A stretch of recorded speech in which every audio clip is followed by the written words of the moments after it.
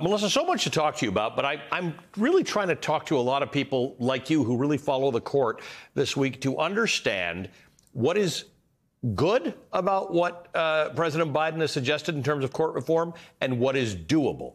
And a lot of people have told me that the constitutional amendment is probably the heaviest lift and the hardest part, but worth pursuing because we don't have a lot of options.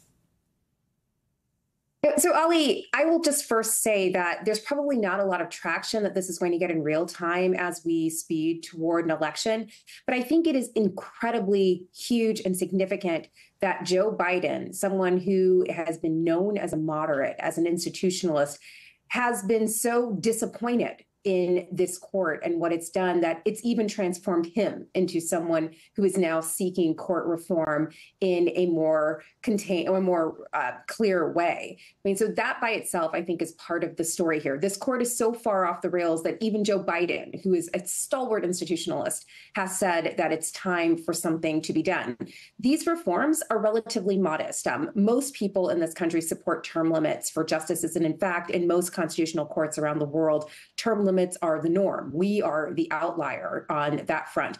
You're right that the really, I think, important and consequential reform is the call for a constitutional amendment. And of course, that will be the heaviest lift. Under our constitutional system, in order to get a constitutional amendment, you have to either go through Congress and get a supermajority in both houses of Congress, and then go to the state legislatures and get supermajorities in 3/4 of the states there.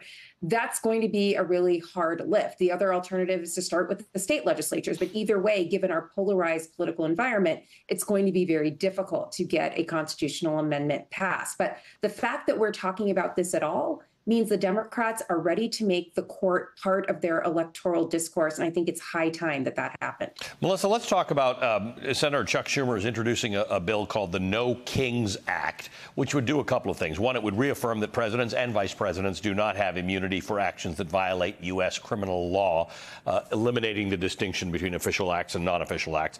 Number two, it would remove the Supreme Court's appellate jurisdiction for all actions challenging the constitutionality of this legislation. And number three, it would establish additional jurisdictional and procedural guardrails. More likely that this bill can get passed at some point than a constitutional amendment. Does this go some distance in securing what the Supreme Court, in offsetting what the Supreme Court has done? Certainly, this is a statutory fix. So as you say, it's going to be a little bit easier than getting a constitutional amendment passed. I think it can have some really important fixes here and can do a lot in the short term. But remember, this can also be challenged as much legislation is challenged. And eventually it may make its way up to the Supreme Court. And we've already seen what the Supreme Court can do. And it's very clear, I think, what it might do with a law that seeks to restrain it in this way. So, I mean, I think it's very unlikely that the court that gave Donald Trump this sweeping brand of presidential immunity would see fit to affirm a law that reined that in. So I think that's one of the reasons why a constitutional amendment is more desirable, even if it is more elusive. But again, the Democrats are making this a focus, and I think that's really the story here. I think Chuck Schumer knows what the stakes are, but the bigger question is to make this case to the American people. One of the other things that President Biden has suggested is an enforceable code of ethics for the Supreme Court, and something that both Lawrence Tribe and Judge Ludig have told me this week is that there's no reason why the Supreme Court wouldn't be subject to the ethics codes that all federal judges are. They've just kind of decided that they're not.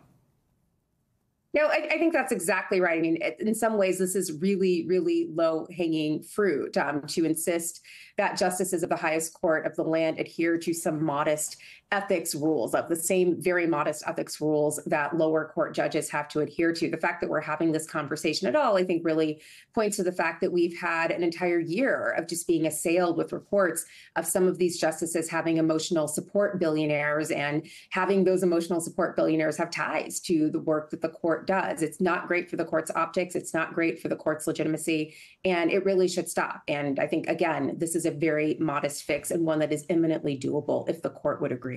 Melissa, as bad as this court is, I think this goes back to your point about making this an issue in the election.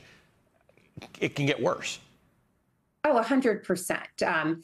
There are two justices on this court, Samuel Alito and Clarence Thomas. Those are the ones we've had the most reports about having emotional support billionaires. They're septuagenarians. It's very likely that they want to retire at some point. Obviously, they would prefer to retire under a Trump presidency. And if they do retire under a Trump presidency, they will be replaced by younger movement conservatives. And this conservative 6-3 supermajority that we've been dealing with will last for another generation and a half. And there's no telling what kind of work they could do under those conditions. So the court is on the ballot in this election cycle, even if it means that we aren't necessarily talking about reform, but just simply staying the course right now and keeping this from getting worse.